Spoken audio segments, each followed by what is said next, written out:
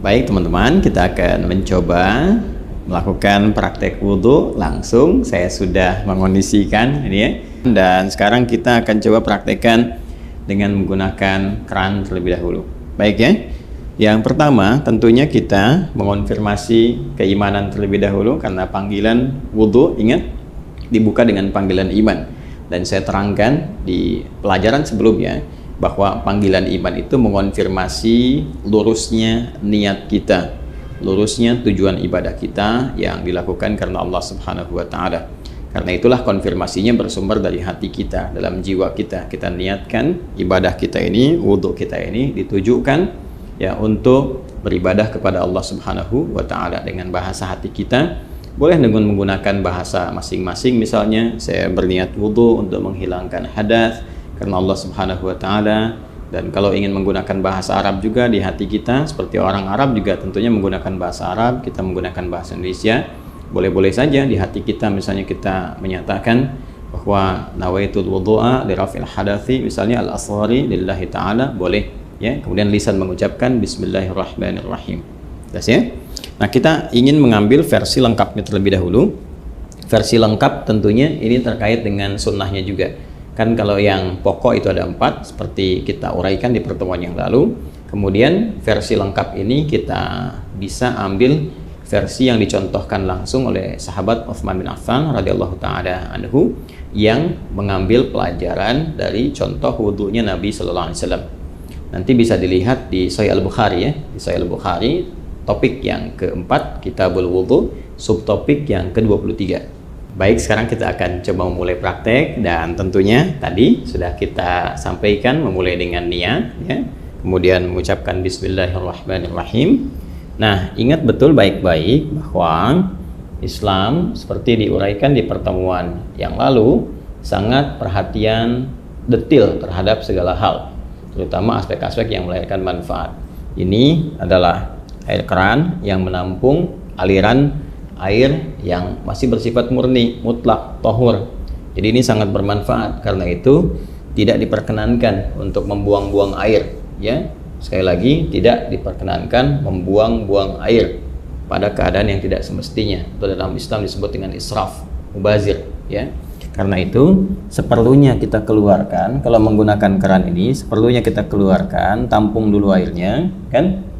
Nah, yang pertama kita gunakan untuk menyela-nyela kan. Bagian pertama kita gunakan untuk menyela-nyela seperti ini, keluar. Tidak usah terlalu besar ya, nggak usah terlalu besar sehingga airnya juga tidak boros ya untuk keluar.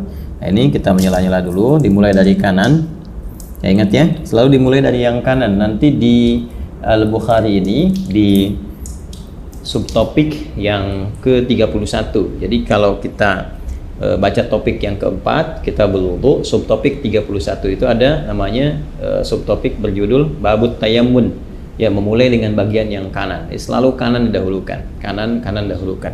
Baik ya, jadi kita mulai. Ini kita buka dulu secukupnya kerannya, keluar air.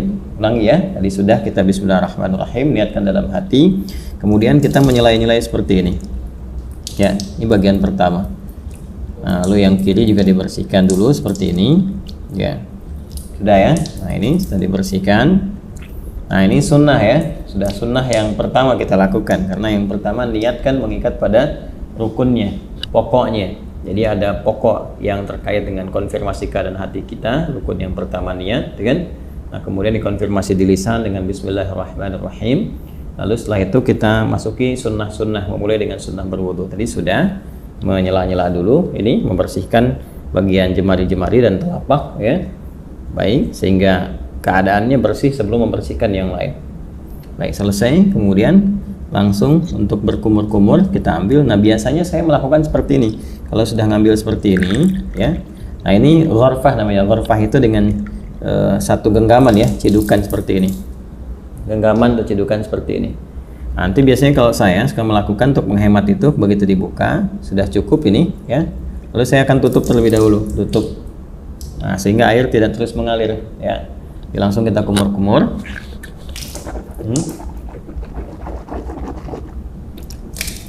Ini contoh ya. Yang simple dulu, ini ambil begini. Ya, kita kumur-kumur.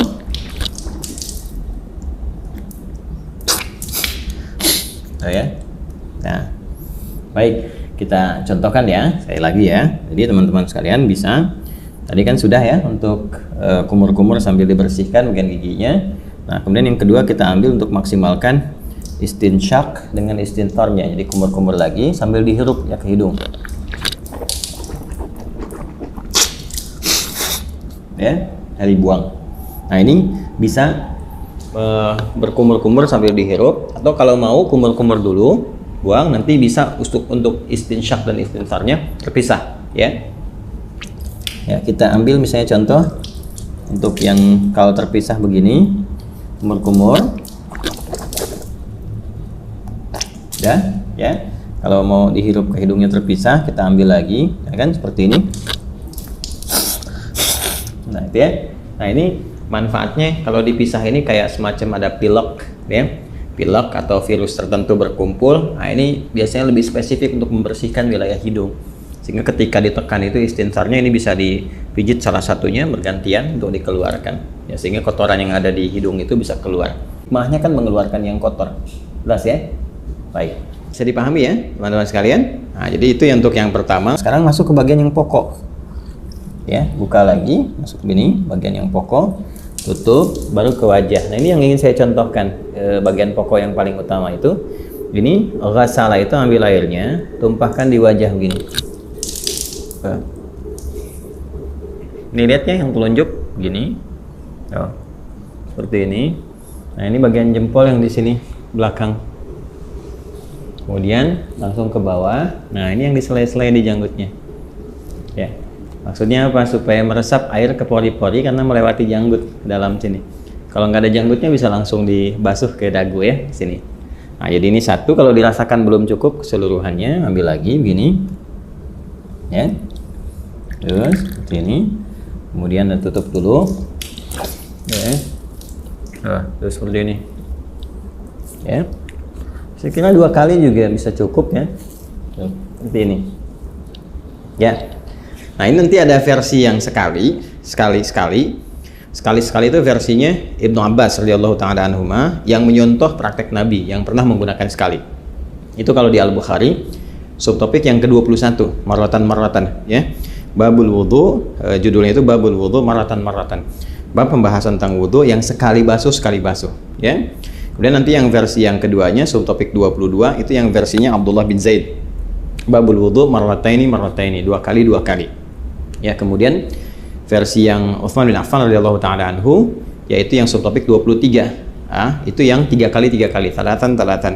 Nah, versi yang dimaksudkan itu adalah pengalaman sahabat-sahabat mulia ini melihat wudunya Nabi untuk memanfaatkan air, dan juga terkait dengan luasan cakupan ya, apakah tercakup nggak dengan air itu kepada bagian-bagian yang harus dibasuh atau diusap dalam wudu itu. Prinsipnya demikian. Jadi boleh sekali-sekali, 2 kali, atau 3 kali, dan mendahulukan yang kanan.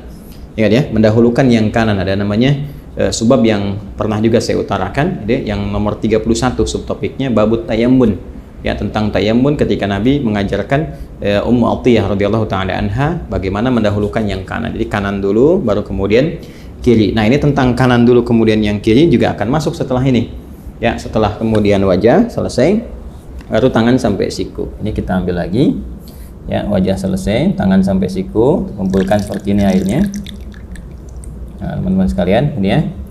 Kemudian tumpahkan di tangan ini, ya, sampai siku ke sini. Nah, lalu ke sini depan.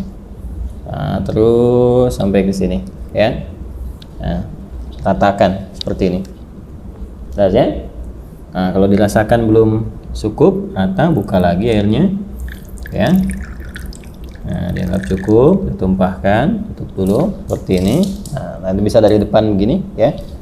Kemudian ke belakang bisa seperti ini. Yang fleksibel saja. Penting air ditumpahkan, bisa ke sini dulu, bisa ke sini dulu. Ya, tadi kan saya mulai dari belakang itu seperti ini ke depan. Kemudian yang kedua saya mulai dari depan untuk meratakan ya. Seperti ini. Jelas ya? Nah, kemudian setelah itu ke yang kiri, itu ini dibuka lagi. Nah, tutup seperti ini ya. Ini boleh fleksibel.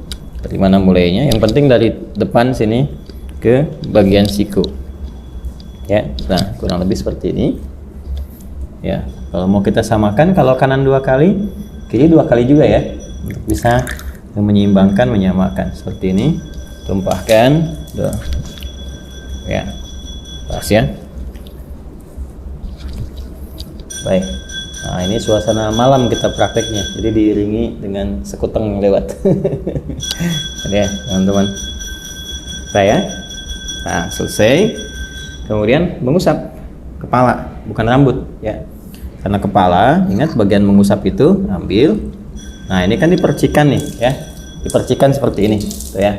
Nah, jadi kita pun nggak harus terlalu banyak ngambilnya. Saya ambil secukupnya, percikan, dan nah ini untuk kepala. Kalau dirasakan nggak ada masalah, dari depan ke belakang seperti ini, ya, kita boleh balikan lagi begini, atau cukup ke belakang juga begini, nggak ada masalah, ya. Lalu versi pertama langsung ke telinga begini, ya, langsung ke telinga. Ingat yang telunjuk ini bagian dalam begini, yang jempol ini bagian belakang di sini, ya, seperti ini. Bisa seperti itu, atau kita dahulukan dulu kepala misalnya, ya. Nah, kemudian nggak terlalu banyak ya, cipratkan begini. Nah, usapkan misalnya begini. Nah, ya. Setelah kita rasakan cukup untuk bagian kepala, boleh ditarik lagi ke depan, boleh, atau boleh cukup begini saja, sah.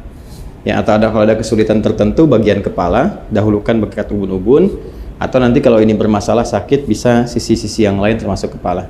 Setelah itu ambil air lagi, ya kan? Baru kemudian membasuh telinga seperti yang tadi dicontohkan, bagian depannya menggunakan telunjuk di sini, belakangnya menggunakan jempol. Jelas ya?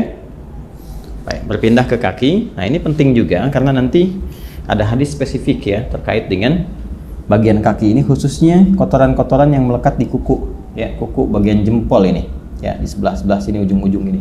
Jadi perhatian, ingat kaki sampai kedua mata kaki sampai di sini. Ya, jadi kita bisa ambil lagi airnya seperti ini.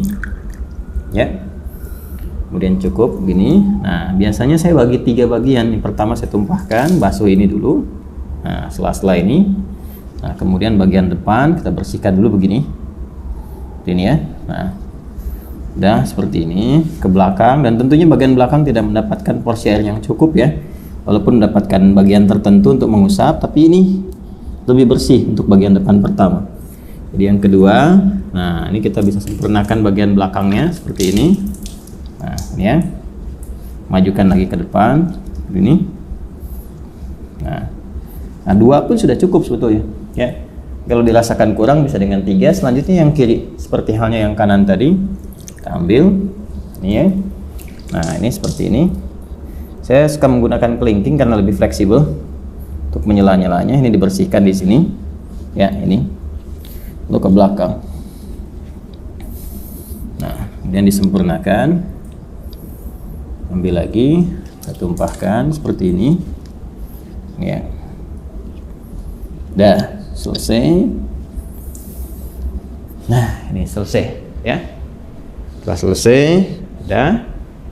Kita diusahakan menghadap ke arah kiblat, kita berdiri sini. Ya, lalu kita berdoa. Doa yang sudah pernah diajarkan juga ya, syahadatain dulu, asyhadu an la ilaha illallah, asyhadu anna muhammadar rasulullah, ya kan? Allahumma ja'alni minat tawabin wa ja'alni minal mutatahhirin.